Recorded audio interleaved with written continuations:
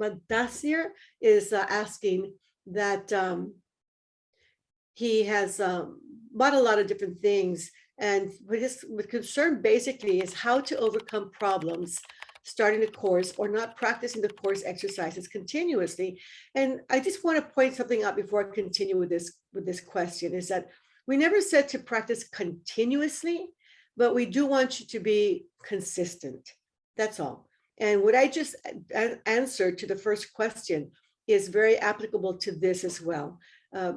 Just redefine or go by the new definition that we have given you about what meditation is. It is not passive deep meditation. It is dynamic meditation that utilizes predominantly the alpha brainwave frequency. And to enter it, all you really need to do is close your eyes. The moment you close your eyes, your brain frequency starts to slow down because you're not using your vision and eyesight. The only physical sense that requires high beta frequencies to operate it is the focused sense of sight. The moment you defocus your sight, like in daydreaming, your frequency begins to slow down.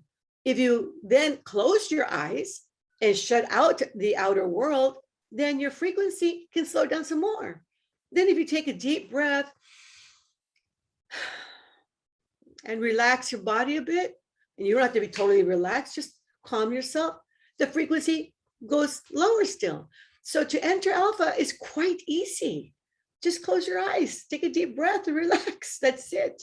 So once you're there, then you can do anything and you can go in and out of that calm inner state as you need to throughout the day, as you wish. If you do that, then you're doing it very consistently.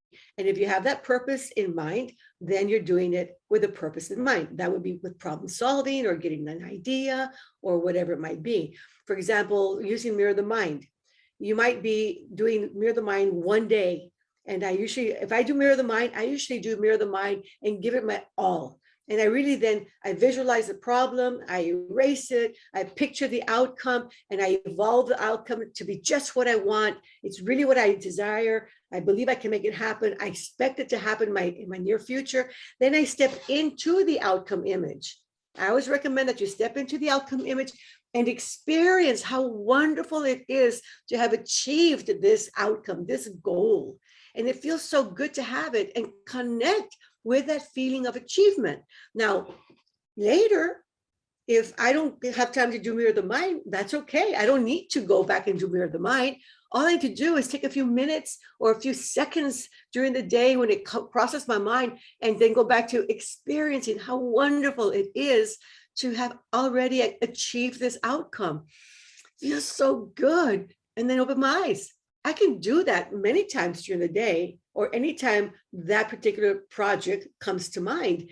And so in doing that, you'll be able to reel in the outcome or that achievement towards you even faster.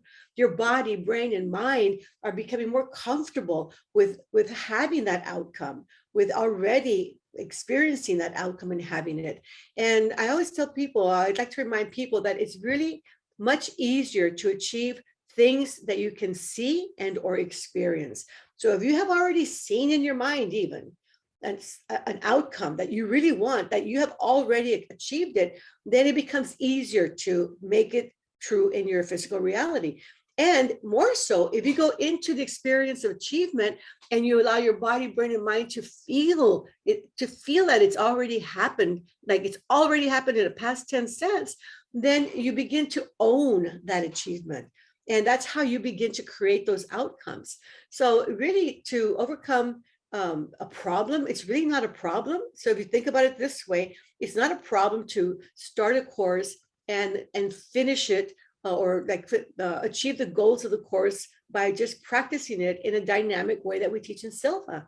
And the Mirror the Mind, just if you do it one time and you give it your all, if you take 30 minutes or 15, 20 minutes in the meditation to go through the whole process, the last thing you do using Mirror the Mind is stepping into the outcome image and experiencing it. And with that, by experiencing that outcome image on a consistent basis, day after day, is like doing the Mirror of the Mind all over again. And so I always recommend to people that when you have already experienced sufficient feedback that you're moving towards your goal, that you're getting closer and closer to the final outcome, then you might want to do the mirror of the mind again with this new changes, these new positive changes. For example, if you need to reduce 100 pounds and you're programming to reduce 100 pounds, but you believe that you can do it more effectively if you reduce 5 pounds a month instead of a whole 100 pounds at one time. It's easier to believe and achieve reducing 5 pounds at a time.